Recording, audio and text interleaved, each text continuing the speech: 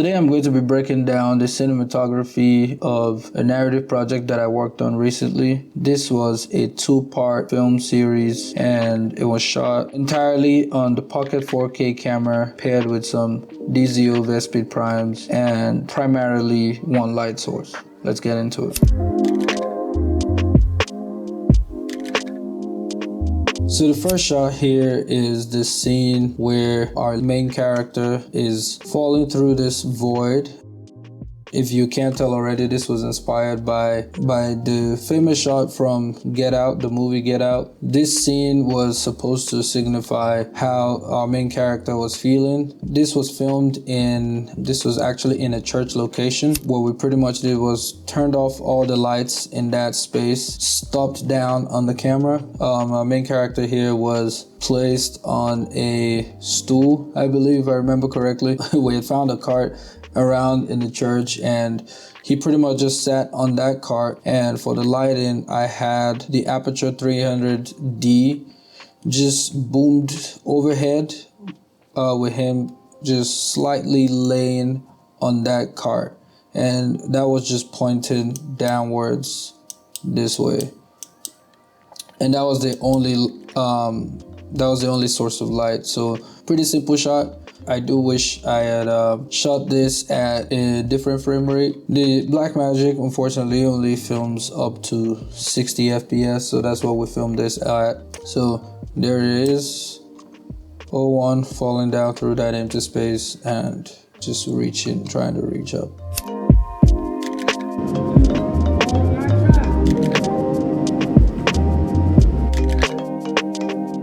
So the next scene here that we have is the therapy scene. So this is where 01 is talking to a therapist and pretty much explaining how he feels, talking about his past and why he's where he's at, at this point in time. So the first shot of that scene was this overhead shot right here. Top down shot, 01's laying down on the couch as he's reminiscing on the past. We had natural light just coming from the windows over here. We had these curtains to just slightly cut off some light from coming in here, and it's just kind of lighting 01 right on top of his head right here and over right there. Over here was the Aputure 300D, and that was just pointing towards him this way. And what that was doing was just adding a little bit more level to him. Practicals, we did have some practicals in here, pretty dim. It wasn't doing anything crazy or very noticeable. You can see it just like lighting up the wall right over there. This was just, set design, trying to add some more interesting objects to the scene. And again, simple approach. For the remaining shots in this scene was pretty much the same setup. Window light, Aputure 300D, and moving the 300D as he moved around the scene. In this close-up shot, you can pretty much see it's the same thing. What we did was just move the 300D as we needed to and move the curtains over just to block off some of that sunlight coming in from the window. So this is one of my favorite shots from the film, favorite scenes from the film. This is where 01, the main character, was running through the woods. He's scared, he's running from something that he cannot see, and he's just running through the woods. So the setup for this was the Pocket 4K on a gimbal. It was on the Crane 3S, and I pretty much just ran with 01. We got some leading shots, tracking shots. We got some follow shots that I didn't use in the edit. We just got a bunch of a mix of shots. The coolest, my favorite part of this scene was where the lighting was moving around, where the light was moving. And the way we achieved that was have that 300D on the C-stand and just had it spun around.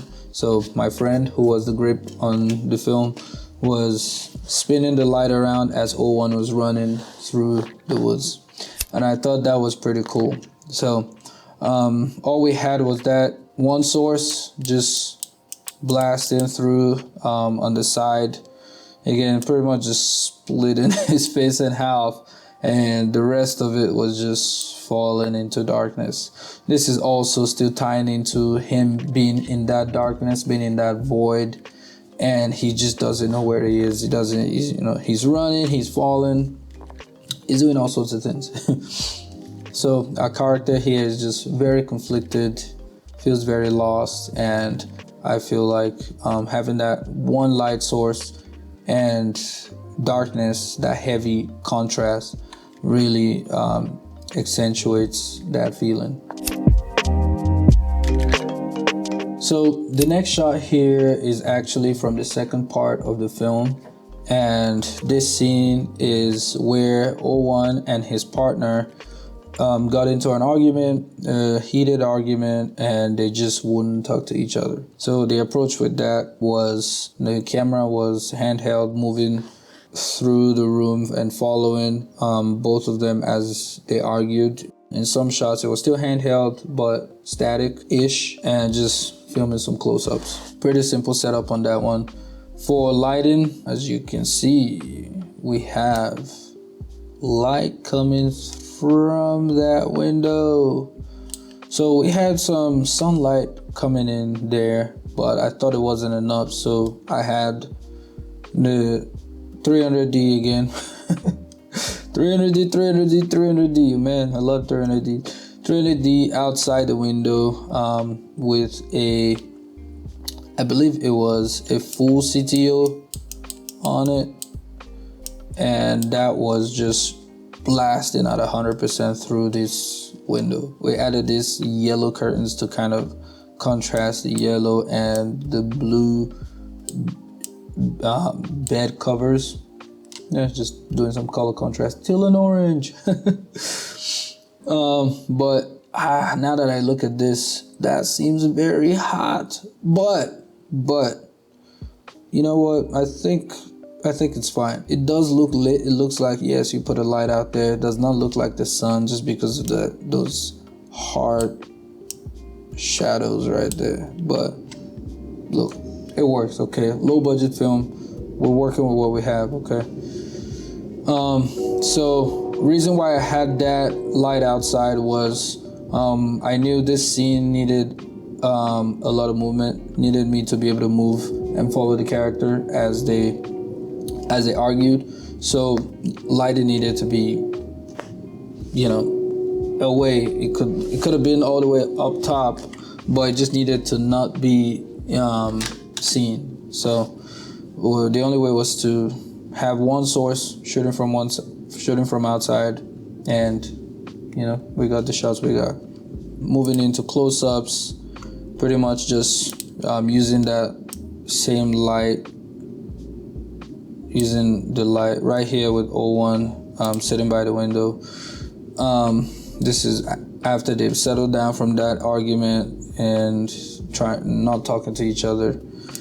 Light just hitting his face right there.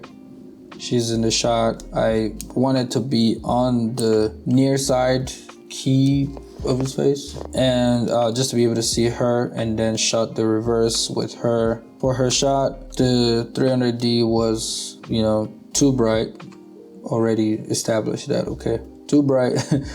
So she was pretty dark, right? And the only way to bring her up was to have supplemental lighting. So I had the non-light Pavo tube at maybe 10%, just held up right here, and that was just light in her face right there, and that was it, really. For the entirety of the film, we tried to keep it simple because we were moving quick. I was trying not to do too much with the lighting, but still, be able to light up some scenes. The next shot that we see here is the two characters, and they've made up. As you can see, they've made up. Well, the approach for this was we have pocket 4K high angle. This was with the 16 mil lens. For lighting, 300D was shooting through the window at a slight angle, just coming through across like that, hitting this wall right here. So it's created that, you know, nice blinds pattern right there. We have the practical lights going, so creating some good color contrast right there. 300D again, no gels this time. So what I was trying to go for here was creating a good amount of contrast between the lights and the dark. So we're having dark lights, dark, we have the characters' faces in the dark slightly, and some more light right here. And that's what, you know, cinematography, I believe, is all about, creating some nice contrasts and luminance levels all across, and your shots would look nice. I think this looks pretty cool. So that was it for the wide shot. When we moved into the close-ups, the lighting was changed around a little bit. So right here on her close-up, you can see we have a little bit more light on her face compared to the white. But if you watch this through in the movie, you can't really tell that there was a difference in the lighting. The 300D was slightly turned to hit her face a little bit, not the entire face, but just a little bit to still give some contrast on her face. So this is the 300D right here. And right there in her eyes, you can see the catch lights right there. This was the Pavo tube set at about maybe 4 or 5%, probably, maybe 10%, just slightly above her head. We had our BTS guy Ayo just holding it right there, and it was just giving that catch light in her eyes.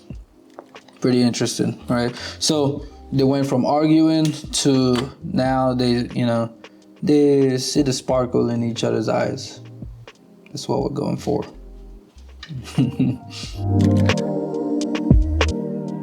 On the reverse shot of this with 01, it was pretty much the same thing. 300D just hitting the back of him just a little bit right there. So what I had to do was bump up the intensity on the Pavo tube, and that just brought him up a lot more, and also still added that catch light in his eyes. And that was it for that shot. Oh yes, so this is also the 300D right here on the pillow. So you know what I was saying just now about light, dark, I guess, and some more light right here. So it's all about creating those layers of light and shadow. That is it for the cinematography of this short film. Hope you enjoyed the breakdown. I wish I could have, given a lot more details, but it's as simple as I explained. It was mostly natural lighting and one Aputure 300D. I had the Pavo tubes in some cases, but pretty simple setups there. My goal is to work on filming some more narrative pieces and break them down like this on YouTube. If you want to see the film, the link would be in the description. It's a 2-part series. First one is called Of God, and the second one is called Of Love. So if you'd like to see it, it will be in the description. Thank you again for watching, and hopefully I'll see you in the next one.